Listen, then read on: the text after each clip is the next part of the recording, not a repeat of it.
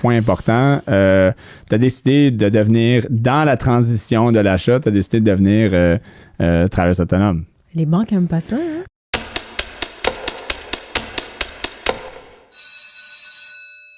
Combien de fiches MLS que vous croyez que vous m'avez envoyées pour analyser? Gosh. Est-ce que tu as fait des stats? Non, je n'ai pas de stats parce qu'honnêtement, à un moment donné, j'ai arrêté de compter. Mais, pour vrai, c'est gênant. Je ne veux même pas y penser à combien. Moi, j'étais gênée. Probablement vers la une vingtaine, trentaine, peut-être plus. Moi, je pense que plus. Ouais. Le point, c'est que tu as quand même été patiente et qu'un bon conseiller pour les clients, que ce soit un courtier immobilier, courtier hypothécaire, conseiller financier, un professionnel, ben c'est de prendre le temps. Là. Je pense que c'est important pour vous que vous avez été capable de... Vous ne sentiez pas de la pression, au moins pas de mon côté, là, mais que non, vous n'avez pas... vous avez été capable de regarder, non, OK, c'est pas bon, non, c'est pas bon, oui, OK, non. On a essayé une couple de fois, l'offre d'achat n'a pas stické. Donc, c'est quand même... Puis là, vous êtes... Ça valait la peine d'être patiente, finalement. Là. Oui, puis surtout dans le contexte actuel, justement. Là, où, Et vous avez trouvé quelque chose avec des taux plus élevés. Oui. Donc, tu sais, rentable. Donc, c'était pas, tu sais, le faux mot là, de « Oh my God, là, les taux d'intérêt sont plus dans les 1%. J'aurais l'opportunité que j'ai manquée. » En fait, non, il y a toujours des opportunités. Je pense que c'est ça mon point. C'est pas de penser que « Ah, ben là, je vais manquer celle-là, donc il n'y en aura plus après. » There's always opportunities.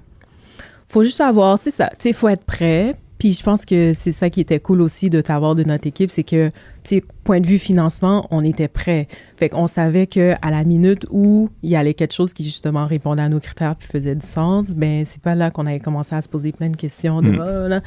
C'est ça, tu sais, on savait ce qu'on pouvait se permettre, on savait ce qui faisait du sens avec notre situation précise, donc... Donc, juste pour compliquer les choses, pour que les gens sachent, parce que c'est un point important, tu as décidé de devenir, dans la transition de l'achat, tu as décidé de devenir travailleuse autonome. Les banques n'aiment pas ça, hein? Non, c'est pas qu'ils n'aiment pas ça, mais ça change les choses. Ça change les choses. C'est important que les gens le sachent. Donc c'était un peu une surprise, parce que, ben voyons, tu sais, c'est le même domaine, right? Donc parle-moi de ce qui est arrivé là-dessus. Je vais expliquer aussi, là, mais... Ben, en fait, c'est que initialement, en 2020, moi, j'avais un peu pensé quand même à cet aspect-là. Je me suis dit, un dernier achat immobilier avant que je devienne travailleuse autonome, parce qu'après, les choses changent. Ouais. Mais j'avais pas pensé que ça allait prendre 3 ans pour qu'on trouve quoi. Alors, ben c'est sûr qu'entre-temps, avec la transition, là, j'ai plus de revenus d'employé, c'est tous mes revenus de travailleuse autonome. Ben, c'est de s'arranger, en fait, pour que... De trouver un financement, finalement, qui fonctionnait. Qui fonctionne avec ça. Puis là, c'est sûr que les options étaient plus ça a changé réduites, les choses, oui. Il fallait bouger un peu, mais on a trouvé la solution. T'as fait opérer ta magie. Oui, ben, c'est pas moi, c'est Fanny. Les gens qui connaissent Fanny, mais c'est tout le monde. C'est l'équipe, le travail d'équipe. Merci, Fanny. Voilà, merci, Fanny. C'est quelque chose que je dis à tous les jours. Fanny, c'est la directrice des opérations dans ma compagnie. Mais pourquoi je parlais de ça, c'est que pour que les gens sachent, c'est que ça prend, quand on est travailleur autonome et qu'on va pour chercher un financement, les banques ne peuvent pas dire « Ah, ben là, dans les 3 derniers mois, tu as fait beaucoup d'argent, tiens. C'est vraiment les 2 dernières années de déclaration qu'ils vont regarder. Non pas 2 dernières années de dépôt et de revenus bruts, mais bien déclaration au niveau impôt et les revenus nets. Donc, ça veut dire si tu as fait un incroyable brut, 100 000, 125 000, peu importe qu'est-ce que vous avez fait ou le travailleur autonome a fait, ben c'est le net qui compte. Et souvent...